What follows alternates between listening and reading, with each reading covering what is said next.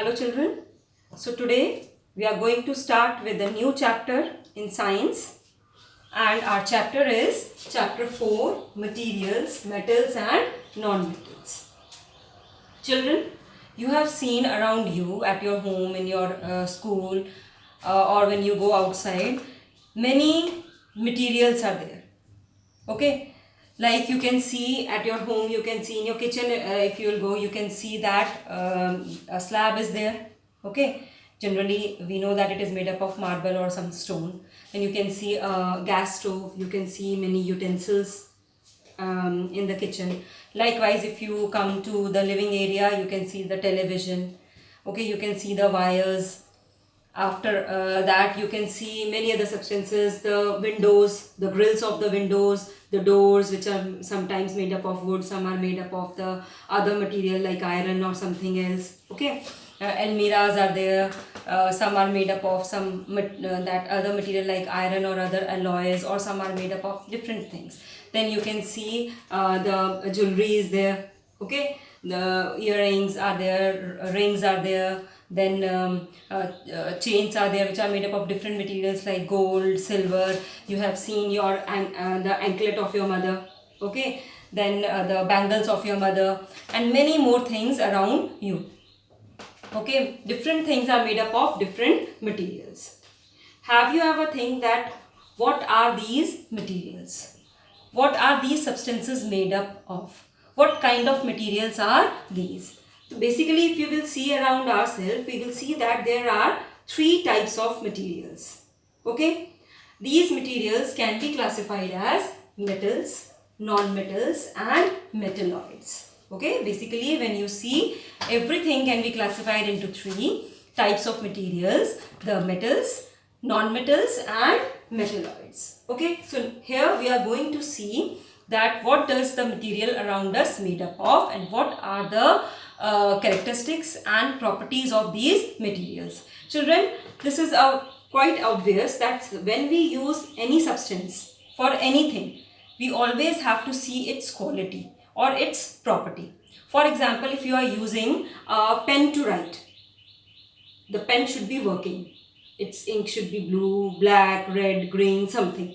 You cannot use anything which cannot write on your notebook. That means the pen or pencil has a property to write.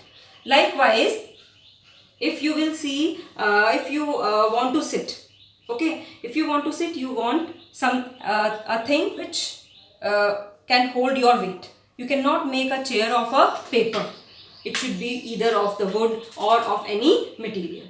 Okay, likewise, if you want to drink water, okay, you have to use some type of container which is made up of a substance which can hold water, like a steel glass you can take, or you can take another metal glass like the copper glass or anything else. Plastic glass also you can take. Okay, a thermocol glass you can also take, which nowadays we are using. But you cannot use the glass made up of cloth, or a glass made up of paper. Okay, because it cannot hold water. That means every substance which is made has some property. Okay, and that is why these substances are made up of some materials. That means these materials have their own property, due to which we use them for a special purpose. This only we are going to study in this chapter. So as I told you that materials are of three types: metals, non-metals and metalloids. And we are going to study first of all their physical and chemical properties. Let me first tell you what are the physical properties and what are the chemical properties. Physical properties are the properties by which we can see that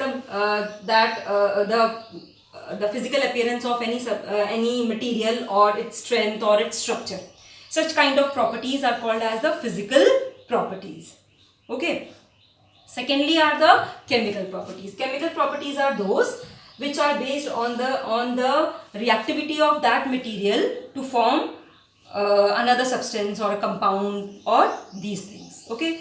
So whenever we are starting, first of all we will start with the physical properties. Okay.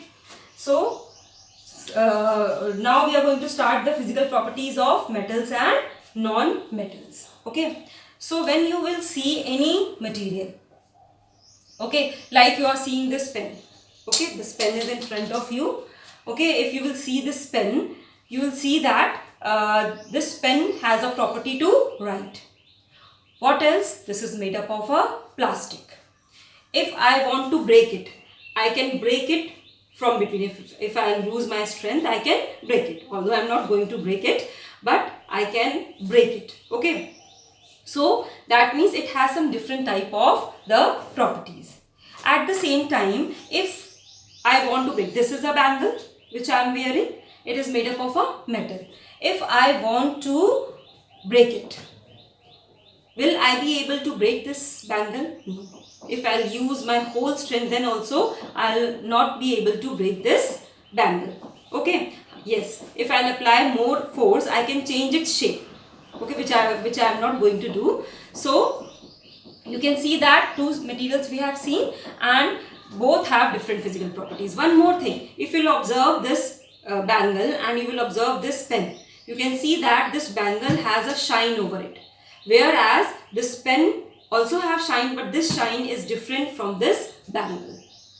Okay, so all these things we are going to see in the physical properties. So let us see the physical properties. The first physical properties is its appearance. As I told you, appearance. In appearance, most of the time, generally we see the luster. Luster means the shine which a particular substance have. As I told you that this also have, this is made up of plastic, it also have a shine. This is made up of a metal, it also have a shine. But the shine of the bangle and the shine of it is different. Okay. So the metals have their own luster. Luster means shine. They have their own shine. Whereas the non-metals, they do not have shine, excluding some. There are some exceptions also. You know very well that in the world there are many exceptions. So we will see exceptions also. Generally all the metals are shiny. They have the shiny surface, like you have seen the copper wires, you have seen aluminium at your home, you have seen the cookers and many more things are made up of aluminium. Then you have seen the jewelry, gold, silver, platinum. Okay, all these are the shiny materials. So generally all the metals have their own luster. Luster means shine. Whereas the non-metals do not have luster. They are non-lustrous. So, as I told you, some of the metals which are lustrous are the gold, silver, copper, aluminium, iron. You have seen chromium. Okay, where you have seen chromium? If you will see the parts of your cycle, bike or car which are shiny, or you have seen the taps at your home, in your bathrooms, in your wash basin, in your kitchen. These taps are shiny because they have the plating of chromium, which is a type of metal. So all the metals generally they are shiny, they have luster, whereas the non-metals, they are not shiny, they don't have luster, like sulfur, phosphorus, etc., which I'll show you and tell you about them. But I told you that there are some exceptions also. So some of the metals like potassium, okay, and sodium, they are non-lustrous. At the same time, some of the non-metals like graphite and they are lustrous. Okay, so you should know about the exceptions also. So this property is over. The second property is malleability. Malleability is the ability of any material, when we beat it, it converts into thin sheets. This property of a material is called as malleability. All the metals, most of the metals, that is more better to say, most of the metals are malleable. They can be beaten into thin sheets. Like you have seen the aluminium foil. You have seen the work of that silver, chandi, over the that sweets. Okay, so how these metals are converted into thin sheets? By beating them with a hammer or with anything, with a hard thing, so that they can be converted into thin sheets. This property is called as malleability. So most of the metals like gold, silver, aluminium, then tin, okay, silver, all these are the materials which have the ability to be beaten into thin sheets, which is called as malleability. Whereas the non-metals, they do not have such ability. They cannot be beaten into thin sheets. Okay, and that is why non-metals are not used for such purposes. Okay, so this is called malleability. If we will take the one activity is given in your book. Okay, you have to take one iron nail. You can take very thin iron nail, and secondly, you can take a lid from your pencil. Pencil lid is made up of graphite, so it is a non-metal. You can take the lid of the pencil, you can remove it out, and you can take a small iron nail. If you will beat with hammer, both of them, you will see that after 4, 5, 6 actions, you can see that the nail becomes flattened, whereas the pencil lid is broken. It cannot be converted into sheet.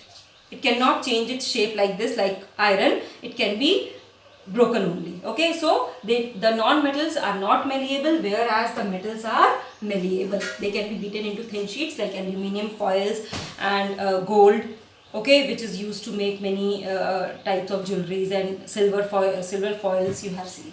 So this is malleability. The third property is ductility. Ductility is a property of a material to be drawn into wires. The materials which can be drawn into wires, this property is called as ductility. You have seen that for the conduction of electricity, the wires are used, and these wires, like generally you know, you are in 8th standard, so you know that copper wires are used, aluminium wires are used, silver wires are used at many places in computers and many other industries. You have seen gold is also used for all these things. Okay, why these things are used? Because they can be drawn into wires. They can be converted into thin or thick wires. The non-metals cannot be converted into wires. So the property of converting or drawing the material into wire is called as ductility. So the metals are ductile, whereas non-metals are non-ductile. Okay. After that,